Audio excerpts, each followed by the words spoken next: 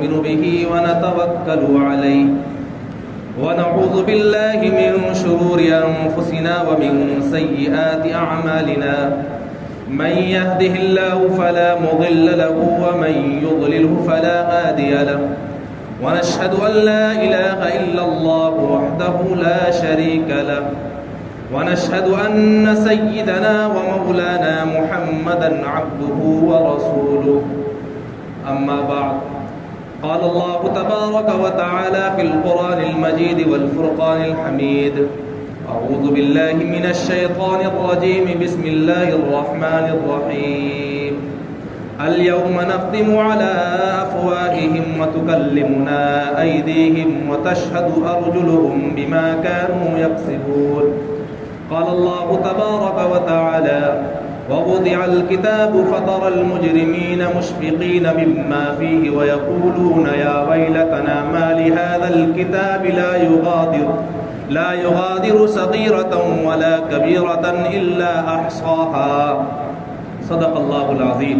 ایک بار اللہ کے حبیب تاجدار دو عالم احمد مجتبیٰ محمد مصطفیٰ صلی اللہ علیہ وسلم پر بآواز بلند درود شریف کا نذرانہ پیش کر لیجیے۔ اللہم صلی علی محمد وعلی آل محمد کما صلیت علی ابراہیم وعلی آل ابراہیم انک حمید مجید۔ اللہم بارک علی محمد وعلی آل محمد کما بارکت علی ابراہیم وعلی آل ابراہیم انک حمید مجید۔ میرے محترم بزرگوں اور دوستوں، میں نے قرآن مقدس کی دو جگہ سے آیت کریمہ کی تلاوت کا شرف حاصل کیا ہے، ایک سورہ یاسین ہے اور ایک سورہ کہف کی آیت۔ اس سے قبل میں ہمیشہ کہا کرتا ہوں کہ ہر جمعہ خطابت سے پہلے آپ سب کو درود پڑھواتا ہوں۔ کچھ لوگ سمجھتے ہیں یہ رسم ہے، کچھ لوگ یہ سمجھتے ہیں کہ پڑھنا ضروری ہے۔ جو لوگ یہ سمجھتے ہیں پڑھنا ضروری ہے، یقیناً پڑھنا ضروری ہے، اور یہ وہ درود ہے جس کو اللہ تبارک و تعالیٰ نے حکم نازل کیا ہے، اے ایمان والو پڑھو۔ جیسے نماز فرض ہے ہم پر، حج فرض ہے ہم پر، زکوٰۃ فرض ہے ہم پر، اسی طریقے سے درود کا پڑھنا بھی فرض ہے۔ اب اگر کوئی یہ کہے جیسے اللہ کہتا ہے اے ایمان والو نماز قائم کرو، اے ایمان والو حج کی سعادت اگر ہے تو حج کرو، اے ایمان والو روزہ رکھو۔ اب اگر کوئی بندہ کہے اللہ حج تو بھی کر لے، اللہ نماز تو بھی پڑھ لے، اللہ روزہ تو بھی رکھ لے، سچ بتائیے اس کا ایمان بچے گا؟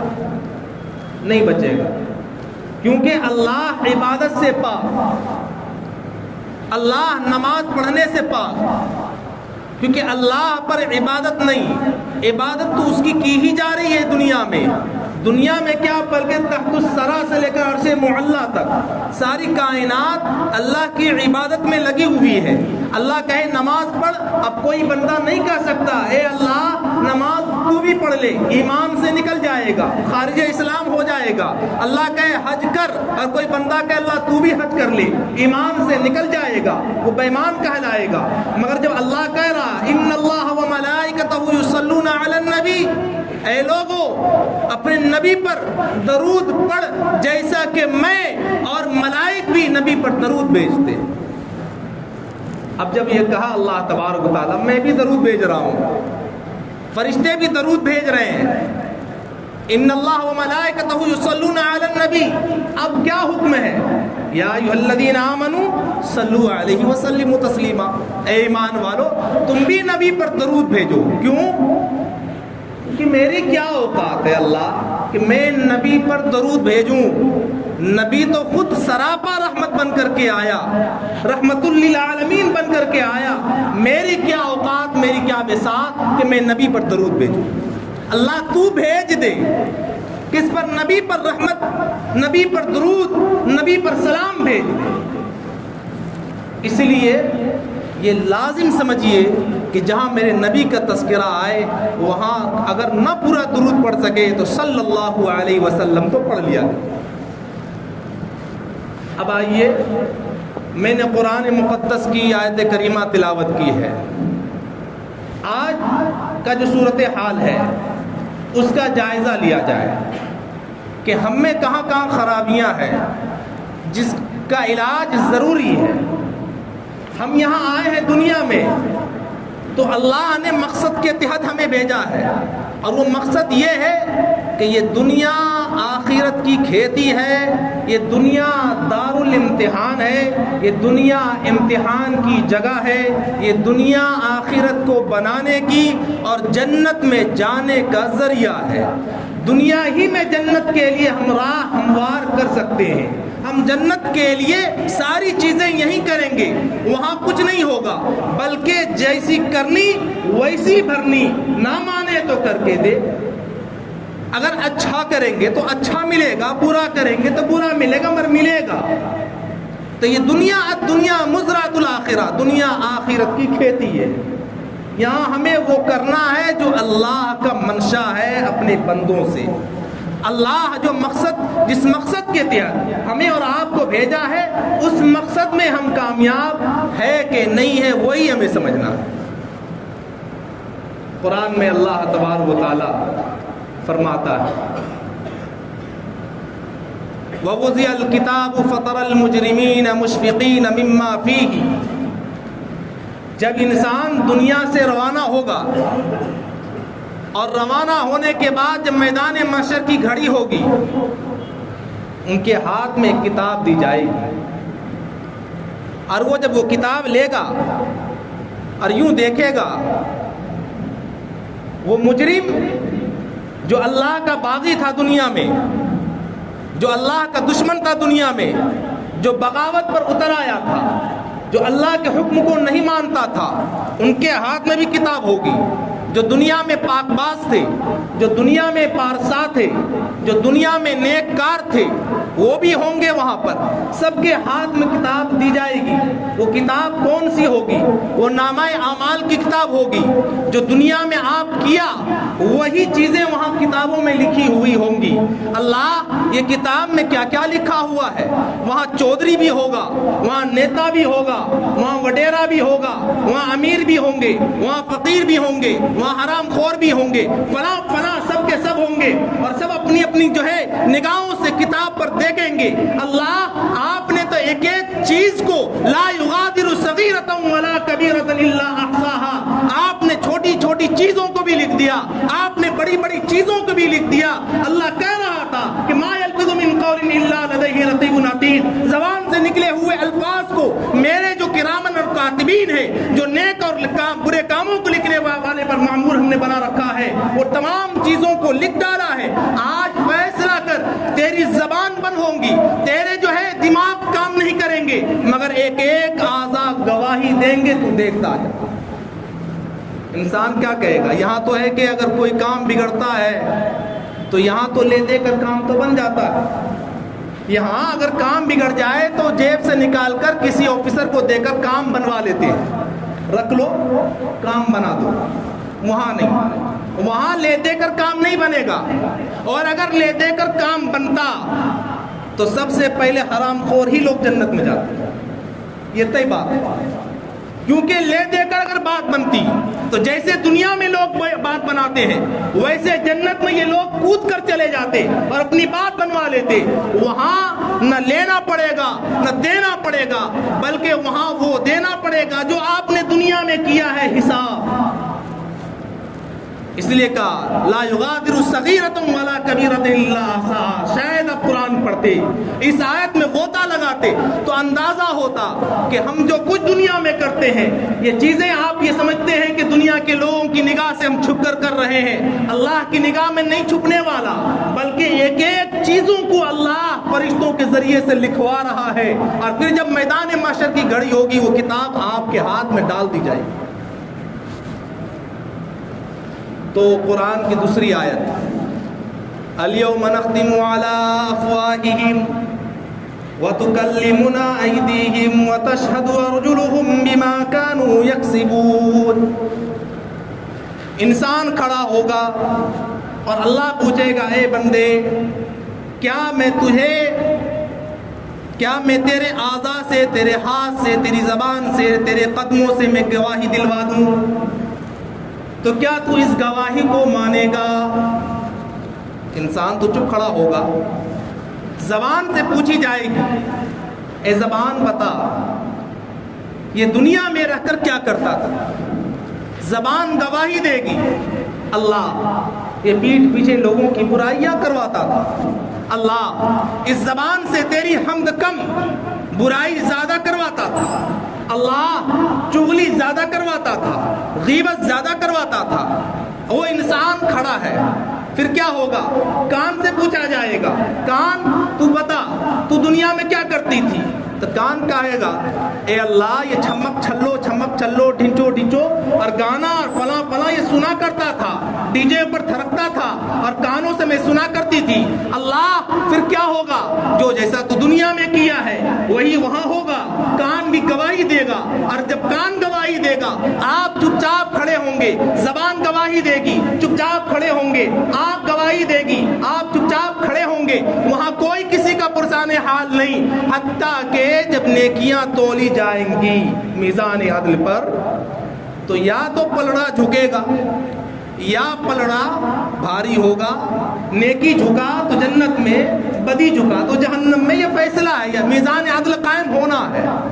مگر ایک لمحہ کے لیے ایک وقت ایسا بھی آئے گا جب انسان کی نیکیاں اور برائیاں تولی جائیں گی، وہاں نیکیاں اور برائیاں جب تولی جائیں گی دونوں برابر ہوں گے، دونوں برابر ہوں گے۔ اب اندازہ لگائیے جب دونوں برابر ہوگا تو کوئی ایک جھکے تب تو جنت اور جہنم کا فیصلہ ہو، وہاں دونوں برابر ہوں گے۔ اب وہ انسان سے کہا جائے گا جا کر تلاش کر، ایک نیکی کی ضرورت ہے، اگر نیکی مل جائے جنت کا پروانہ تیرے حوالے، جنت کا سرٹیفکیٹ تیرے حوالے۔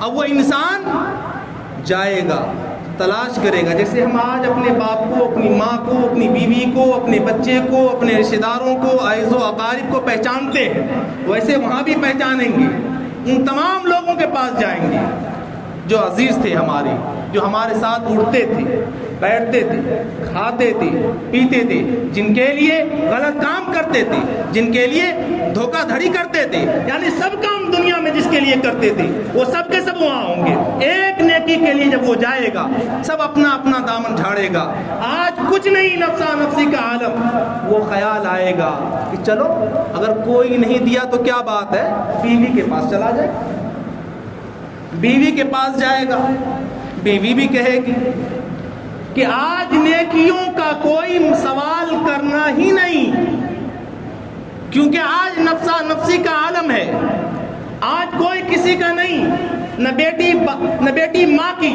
نہ بیٹا باپ کا، نہ شوہر بیوی کا، نہ بیوی شوہر کی، کوئی کسی کا نہیں۔ تو شوہر کہے گا کہ ایک نیکی اگر دے دے گی تو میں جنت میں چلا جاؤں، کیا تیرے ساتھ احسان نہیں کیا؟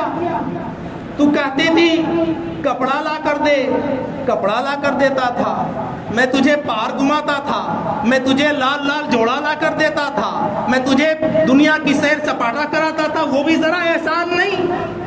وہ احسان بھی وہاں بھول جائیں گے وہ لوگ، کیونکہ وہاں کا جو منظر ہوگا وہ بیان سے پار ہے۔ ہر انسان ایک ایک نیکی کے لیے ترسے گا اور پھر افسوس کرے گا کاش ہم زیادہ اللہ کی راہ میں خرچ کر دیے ہوتے، کاش کہ اللہ کی راہ میں ہم اپنی دولت کو لٹا دیے ہوتے تو یہ منظر آج ہمیں دیکھنے کی ضرورت نہیں پڑی۔ دراصل بات یہ ہے کہ یہ تبھی ہوتا ہے، نیکیاں تبھی کم ہوتی ہیں جب ہم دنیا کو دل میں بسا لیتے ہیں، دولت کو اور جو ہے تمام چیزوں کو اپنے دلوں میں بسا لیتے ہیں اور یہ سمجھتے ہیں آخرت تو بعد کا منظر ہے، قبر تو بعد کی منزل ہے، ابھی دنیا میں جو رہنا ہے دنیا کے لیے کر جانا ہے، اپنی اولاد کے لیے کر جانا ہے، آخرت کا جو منظر ہوگا وہ بعد میں دیکھا جائے گا۔ جب وہ منظر آ رہا ہے قرآن اسی کا نقشہ کھینچ رہا ہے، آج سنبھلنے کی ضرورت ہے، دوسری چیز یہ ہے کہ ہماری دنیا اور ہماری آخرت، اور آخرت سے پہلے کی منزل ہے قبر۔ قبر کی منزل یہ پہلی منزل ہے جہاں ہمیں جانا ہے۔ جہاں جانا ہے جنت میں جانا ہے، اور اس کے جانے کے لیے پہلی منزل ہے قبر۔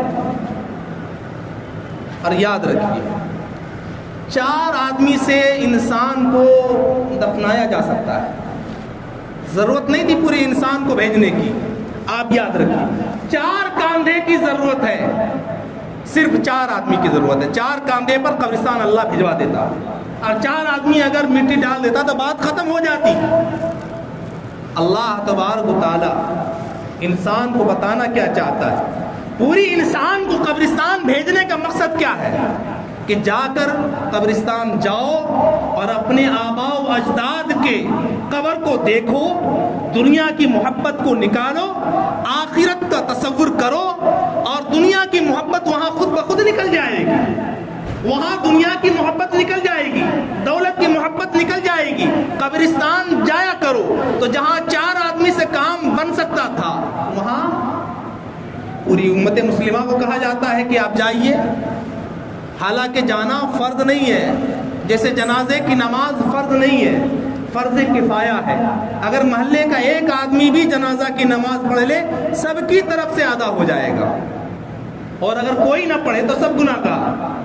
مگر ہمارا مزاج کیا ہے کہ جنازہ کی نماز تو فرض کفایہ ہے، اور نماز 5 وقتہ فرض ہے۔ فرض کفایہ کو پڑھنے کے لیے لوگ امریکہ سے قبرستان چلے آتے ہیں، مگر فرض نماز پڑھنے کے لیے گھر سے بغل میں مسجد میں نہیں آتے۔ یہ مزاج ہے۔ اور یہیں تک نہیں، اگر وہ جنازے کی نماز میں نہیں شریک ہوا تو مٹی دینے قبرستان ضرور آئے گا۔ یا کسی کی جنازے کی نماز ڈبل ہے تو وہ انسان جنازے کی نماز میں شرکت نہیں کرے گا، مگر قبرستان آئے گا ضرور۔ کیا سمجھ لیا؟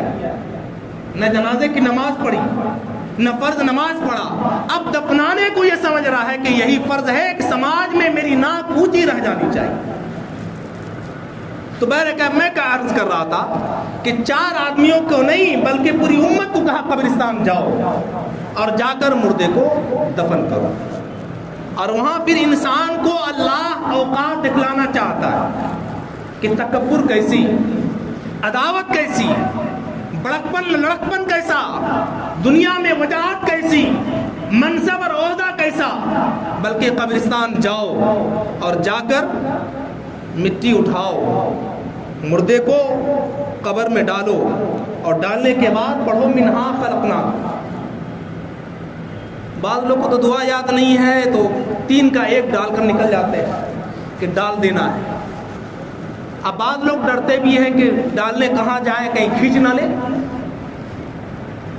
کہیں منکر نکیر کھینچ نہ لے، تو دور سے ہی فاتحہ پڑھ لیتے۔ قرآن کی آیت اور اللہ کا منشا کہ قبرستان جاؤ اور مردہ کو دفن کرو تو پڑھو منہا خلقناکم۔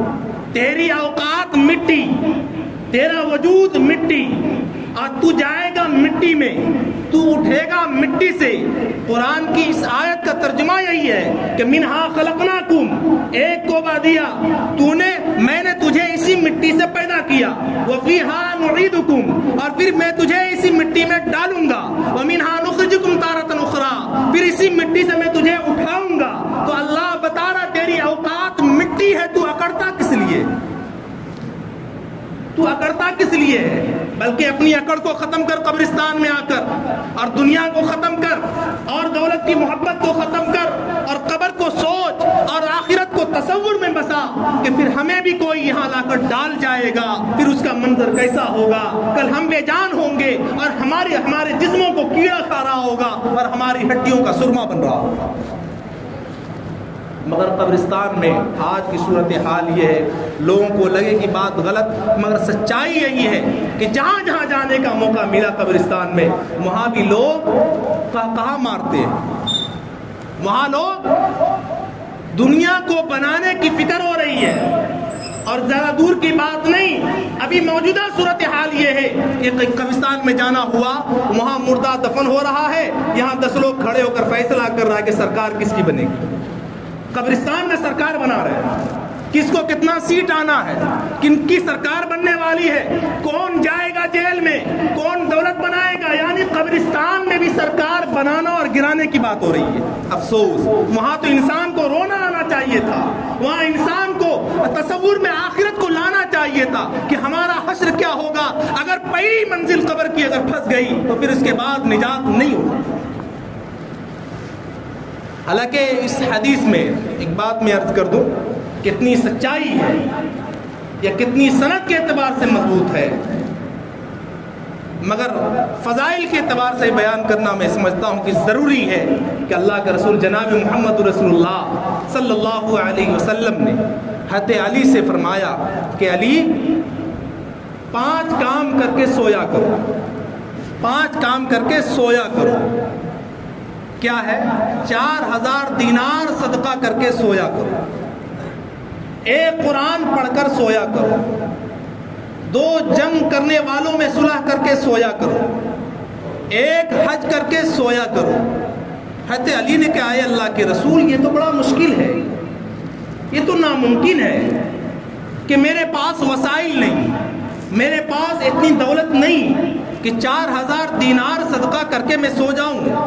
اللہ کے رسول نے فرمایا کہ علی، 4000 دینار صدقہ کا مطلب یہ ہے 4 مرتبہ سورہ فاتحہ پڑھ کے سویا کرو۔ کیا ہر آدمی نہیں کر سکتا؟ کر سکتا ہے۔ اور 1 قرآن پڑھ کر سویا کرو۔ گویا اللہ کے رسول صلی اللہ علیہ وسلم کہنے کا مقصد یہ ہے کہ جو 3 مرتبہ قرآن کی سورہ اخلاص کی آیت پڑھ لے، مکمل سورہ، وہ قرآن 1 قرآن پڑھنے کا ثواب مل جاتا ہے۔ یعنی انسان یہ کر سکتا ہے 3 مرتبہ قل هو اللہ احد پڑھنا، یعنی 1 قرآن مکمل ثواب۔ اور فرمایا 10 مرتبہ درود پڑھ کر سویا کرو۔ 2 صلح کرانے والوں میں صلح کرنے کا ثواب ملے گا جو 10 مرتبہ درود شریف پڑھ کر سوتا ہے۔ اور 1 حج کر کے سویا کرو، یعنی تیسرا کلمہ 4 مرتبہ پڑھ کر رات میں سویا کرو۔ تو یہ ہر انسان تو کر سکتا ہے، مگر ہم کریں گے نہیں نا، ہم تو کریں گے وہ جو ہمارا منشا ہے۔ ہم سوئیں گے رات میں گانا سن کر، اٹھیں گے گانا سن کر۔ ہم سوئیں گے رات میں فلم دیکھ کر، اٹھیں گے بھی فلم دیکھ کر۔ یہ جو چیزیں عمل کرنے کی تھی وہ ہم تو نہیں کر رہے۔ بڑا آسان ہے، کوئی بڑا مسئلہ نہیں۔ سورہ فاتحہ ہر آدمی کو یاد ہے، سورہ اخلاص ہر آدمی کو یاد ہے، درود شریف ہر آدمی کو یاد ہے، تیسرا کلمہ ہر آدمی کو یاد ہے، توبہ استغفار کرنا ہر آدمی کو یاد ہے، ہر آدمی کر سکتا ہے۔ اگر ہر انسان سونے سے پہلے یہ کام اگر کر لے گا، یقیناً اس کی دنیا بھی بنے گی اور اس کا عقبہ بھی بنے گا، اس کی قبر کی منزل آسان ہوگی۔ جو انسان یہ ساری چیزیں کر کے دنیا سے جائے گا، اللہ اس سے راضی ہوگا، اللہ اس کے رسول راضی ہوں گے یہ کام کرنے کے۔ میں عرض کر رہا تھا، جنازے کے آداب بھی ہیں، جنازے کو کیسے لے جانا ہے، جنازے کے ساتھ کیا معاملہ کرنا ہے۔ ہم آج دیکھتے ہیں کاندھا تو ہر کوئی دیتا ہے، مگر کاندھا دینے کا طریقہ انہیں نہیں معلوم، کاندھا دینے کا طریقہ نہیں معلوم۔ پیچھے سے دیا، آگے سے دیا، ادھر سے دیا، ادھر سے دیا، اور اگر بس چلے تو مردہ کو جلدی سے بھیجوا کر کے فوراً نکل آئیں گے۔ حقیقتاً یہ ہے کہ مردے کو لے جانے کا آداب اللہ کے رسول صلی اللہ علیہ وسلم بتلایا کہ مردہ کے داہنے طرف سے، آگے کی طرف سے آپ کا داہنا کاندھا ہوگا، آپ آگے کاندھا دے کر کے پھر پیچھے آئیے، اور پھر اس دائنے کاندھے سے پیچھے دیجئے، پھر پیچھے دینے کے بعد پھر آگے جائیے اور بائیں کاندھے سے بائیں طرف دیجئے، پھر پیچھے آئیے، پھر بائیں کاندھے سے پیچھے دیجئے۔ یہ طریقہ اللہ کے رسول نے بتلایا۔ اور اس کے بعد کیا بتلایا؟ خاموشی سے جاؤ۔ ہمارے یہاں ہے کہ نہیں، دوسرا کلمہ پڑھتے جاؤ۔ حالانکہ حدیث میں اس کا ذکر نہیں ہے کہ اللہ اکبر اور اشہد ان لا الہ الا اللہ پڑھتے ہوئے جاؤ، اس کا کہیں تذکرہ نہیں۔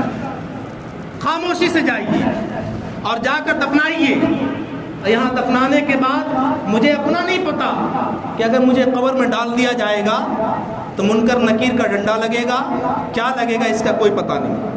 کیا ہوگا؟ اگر اعمال اچھے ہوں گے تو جنت کی کھڑکی کھول دی جائیں گی، اگر اعمال اچھے نہیں ہوں گے تو جہنم کی کھڑکی کھول کر جھلسا دیا جائے گا۔ آج عالم یہ ہے کہ مردہ کو دفن کرنے کے بعد اس پر ایک مٹھی اگربتی ڈال دیا جائے، یعنی نیچے سے جلوے کرو، اوپر سے جل جاؤ، یعنی طے کر لیا ہے کہ مردے کو یعنی جلا کر راکھ کر دینا ہے۔ اب ان کے ساتھ کیا معاملہ ہونا ہمیں نہیں پتا، مگر اوپر سے اگربتی ڈال دینا، ٹھوس دینا ہے تاکہ نیچے بھی جلے اوپر بھی جلے، تاکہ بیچ میں کباب بن جائے۔ یہ حالت ہے ہماری، یہ بدعات رسومات سے نکلنا ہوگا، اپنے آپ کو بچانا ہوگا۔ قبر میں جہاں اللہ کے رسول نے فرمایا کہ اگر اعمال اچھے ہوں گے تو جنت کے گڑھوں میں سے ایک گڑھا ہے، اگر اعمال برا ہوگا تو جہنم کے گڑھوں میں سے ایک گڑھا ہے۔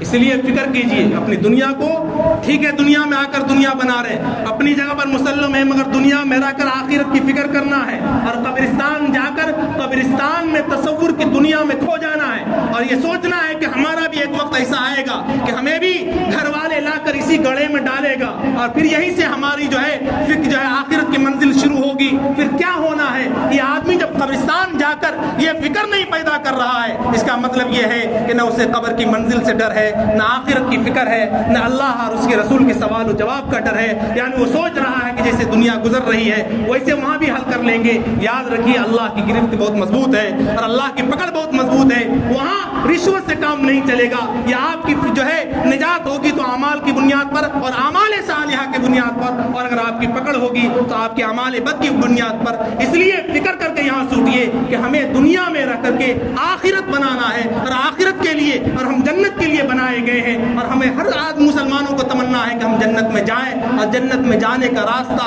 یہ دنیا ہے۔ دنیا میں سارے کام کرنے ہوں گے، دنیا میں اعمال صالحہ کرنے ہوں گے، تب جا کر جو ہے جنت کی ہم تمنا اور جنت کا ہم خواب دیکھیں گے۔ اللہ تعالیٰ سے دعا ہے اللہ تعالیٰ ہم سب کو اعمال صالحہ کرنے کی توفیق عطا فرمائے، دنیا میں رہ کر فکر آخرت کی توفیق عطا فرمائے۔ قبر کی منزل کو آدمی جو ہے اپنے دماغ میں اپنے سینوں میں رچائے اور بسائے، اور اللہ اور اس کے رسول کی رضا کی طلب ہم تمام مسلمانوں کو توفیق نصیب فرمائے۔ وما توفیق الا باللہ وما علینا الا البلاغ المبین۔